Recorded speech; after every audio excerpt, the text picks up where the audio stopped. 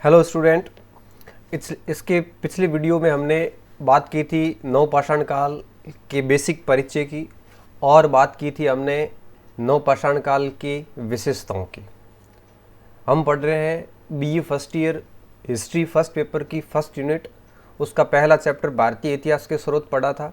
दूसरा chapter pre history प्राग ऐतिहासिक काल पढ़ रहे हैं, जिसमें हमने पुरापाषाण मध्यपाषाण पढ़ लिया था, नवपाषाण काल का परिचय और विशेषताएं पढ़ ली थी।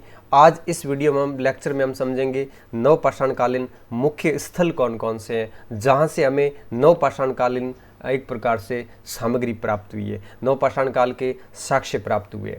इस इस चैप्टर के बाद में यह सेकंड यूनिट हमारी पूरी हो जाएगी। उसके बाद में हम थर्ड यूनिट के ऊपर आएंगे। तो स्टार्ट करते हैं, नवपाषाणकालीन स्थल कौन कौन से थे। देखो, नवपाषाणकालीन स्थलों को कई भागों में बांट दिया गया है। भारत का अगर आप मैप देख पाओगे तो उस मैप में आप पाओगे कि उत्तर पश्चिमी भारत जो है, जो कि हमारे राजस्थान से लेकर कश्मीर के बीच का उसका पूरा ऊपर वाला पाकिस्तान का जो आज का क्षेत्र है, यहाँ से हमें नवपाषाणकालीन मुख्य स्थल प्राप्त हुए। इनमें से उत्तर पश्चिमी भारत में जो सबसे अहम स्थल है वो है मेहरगढ़।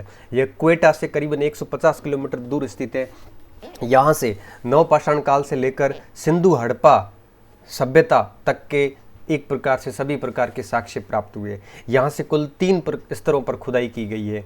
तो यहाँ से कई प्रकार के मृदभांड प्राप्त हुए। पहले स्तर की खुदाई में यूँ कहिए कि मृदभांड नहीं मिले, लेकिन दूसरा स्तर की जब खुदाई हुई यहाँ से तो गेहूँ और जौ के साक्ष्य हमें प्राप्त हुए। और आपको पता होगा कि मेहरगढ़ कि अंदर जो इसके कृषि के फसलों के जो साक्ष्य प्राप्त हुए, ये कोल्डी हवा और उसके समकक्ष माने जाते हैं। उसके बाद में जब तीसरे स्तर की खुदाई हुई तो मृदभांड यहाँ से प्राप्त हुए। तो कहने का मतलब ये कि मेहरगढ़ से हमें मृदभांड भी बाद में प्राप्त हुए हैं, जो कि तृतीय स्तर में प्राप्त हुए। दूसरे स्तर में हमें कृषिगत फसलों के साक्ष्य प्राप्त हुए। और पहले स्तर के जो थे वहाँ मृदभांड नहीं मिले, लेकिन कई प्रकार के औजारों की प्राप्ति हुई है। तो क्वेटा से दूर स्थित यह मेहरगढ़ वर्तमान में भारत में नहीं है, बल्कि पाकिस्तान में अवस्थित है। मेहरगढ़ को बलूचिस्तान की रोटी की टोकरी भी कहा जाता है। क्यों? क्योंकि यहाँ पर गेहूँ और जौ की कई किस्में हमें प्राप्त हुई है। यहाँ पर विभिन्न प्रकार की खेती के कई प्रकार के हमें साक्ष्य प्राप्त हुए हैं। इसके साथ साथ यहाँ पर अंगूर और कपास की खेती के भी प्रमाण मिलते हैं। और आपको बताते हुए मुझे हर्ष हो रहा है, और आपको पता भी होगा कि कपास के प्रमाण इससे पहले कहीं नहीं प्राप्त हुए थे हमें। तो इसके अलावा यहाँ पर तांबे को गलाने के भी प्रमाण हमें प्राप्त हुए। इसके अलावा भैंस पालन के भी हमें प्रमाण मेहरगढ़ से प्राप्त होते हैं।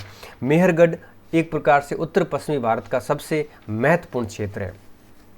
उत्तरी पश्चिमी भारत के बाद में आता है उत्तरी भारत। उत्तरी भारत मतलब आज का कश्मीर, ऊपर काबुल, अफगानिस्तान तक चले जाओ तो वो सारा का सारा उत्तरी भारत आता है। उत्तरी भारत से हमें 2 स्थान मुख्य रूप से प्राप्त हुए हैं, जो कि जैसे हम कहते हैं बुर्ज़होम और गुफ कराल। दोनों के दोनों वर्तमान में अफगानिस्तान में अवस्थित है। जहाँ तक बुर्ज़होम की बात है, जिसका शाब्दिक अर्थ होता है जन्म स्थान।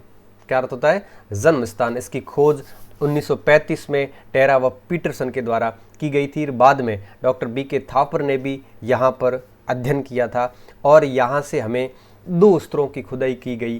पहले स्तर की खुदाई जो थी वो मध्य पाषाण काल से संबंधित है, जहाँ से शिकारी, संग्रहणकर्ता, आखेटकर्ता, पाषाण के औजार, ये चीज़ें प्राप्त हुई है। जब दूसरे स्तर की खुदाई की गई तो वहाँ पर गर्त आवास जहाँ पे और शव विधि विधान के कई साक्ष्य हमें प्राप्त हुए हैं। इसलिए हम कहते हैं कि बुर्ज़होम मध्य पाषाण और नवपाषाण दोनों की जानकारी हमें देता है।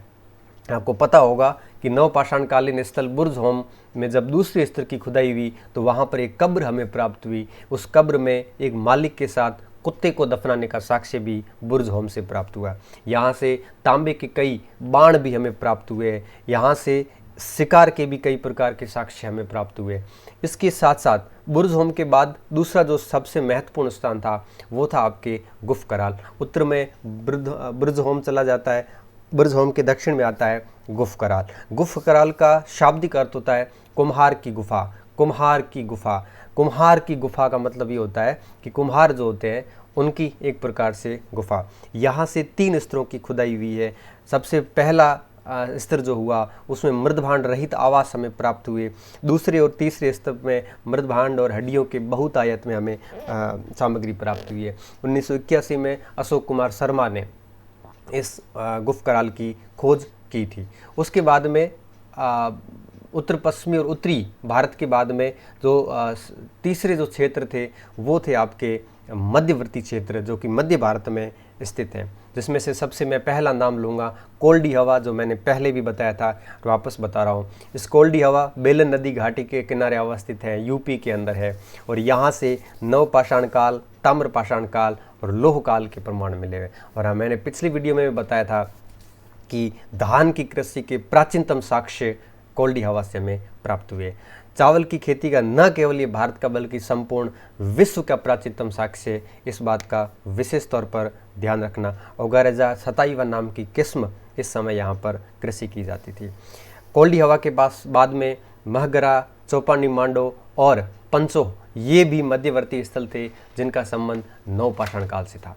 उसके बाद उत्तर पश्चिमी भारत और उत्तर भारत, और उसके बाद में आता है हमारे पूर्वी क्षेत्र। पूर्वी क्षेत्र अर्थात बिहार और बंगाल के जो एरियाज़ है उसको हम पूर्वी इलाके कह सकते हैं। यहाँ से भी हमें कई प्रकार के साक्ष्य मिले हैं। सबसे महत्वपूर्ण स्थान जो मैं बताना चाहूँगा वो था चिरांद।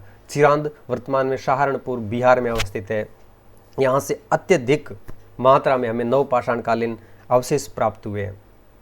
बुर्जोम को छोड़कर अन्य किसी स्थल पर इतने अवशेष और कहीं से प्राप्त नहीं होते हैं। यहाँ से नवपाषाणकालीन बस्ती के भी साक्ष्य मिले, यहाँ पे बस्ती थी ऐसे भी साक्ष्य मिले। 1962-63 में वीके सिन्हा द्वारा इस पूरे क्षेत्र की खोज की गई थी। यहाँ से हमें कई चीज़ें मिली है, जैसे हरिण के सींगों से निर्मित औजार भी मिले हैं, चावल की खेती के प्रमाण भी मिले हैं, चौक से निर्मित कई प्रकार के मृदभांड भी मिले हैं, बैल नाग चूड़ियों की मृण मूर्तियाँ भी प्राप्त हुई है, टीडी व मिट्टी व हड्डी की चूड़ियाँ भी प्राप्त हुई है। इसके अलावा असम की तरफ जाते हैं तो दावजेल, हार्डिंग और कुचाई उड़ीसा, यहाँ से भी हमें नवपाषाणकालीन स्थलों के साक्ष्य मिले। जहाँ तक पश्चिम भारत की बात है तो बागोर, बालाथल, बागोर से हमें साक्ष्य मिले हैं। बागोर के बारे में मध्यपाषाणकालीन स्थल में बता चुका हूँ। उसके अलावा बालाथल और गणेश्वर से भी हमें नवपाषाणकालीन स्थलों के साक्ष्य प्राप्त हुए हैं। अगर थोड़ा और देखा जाए बालाथल के बारे में और गणेश्वर के बारे में, इसको मैं अगले चैप्टर में स्पेशली देखूंगा, क्योंकि ताम्र युगीन सभ्यताएं ज़्यादा थी, नवपाषाण के यहाँ से साक्ष्य कम प्राप्त हुए। इसके अलावा दक्षिण भारत में भी मास्की, ब्रह्मगिरी और इसके अलावा पिकलीहल, टैकलकोट, ऐसे कई स्थान थे जहाँ से नवपाषाणकालीन सभ्यता की हमें साक्ष्य प्राप्त हुए। धन्यवाद स्टूडेंट्स, उम्मीद कर रहा हूँ ये चैप्टर आपके अच्छे से समझ में आ गया होगा। अगले वीडियो में हम बात करेंगे कि इस चैप्टर से रिलेटेड क्या क्या प्रश्न हमारी परीक्षाओं में पूछे जा सकते हैं, और उसके बाद में हम फर्स्ट यूनिट का लास्ट चैप्टर करेंगे और उसके बाद आगे हम बढ़ेंगे। बहुत बहुत धन्यवाद।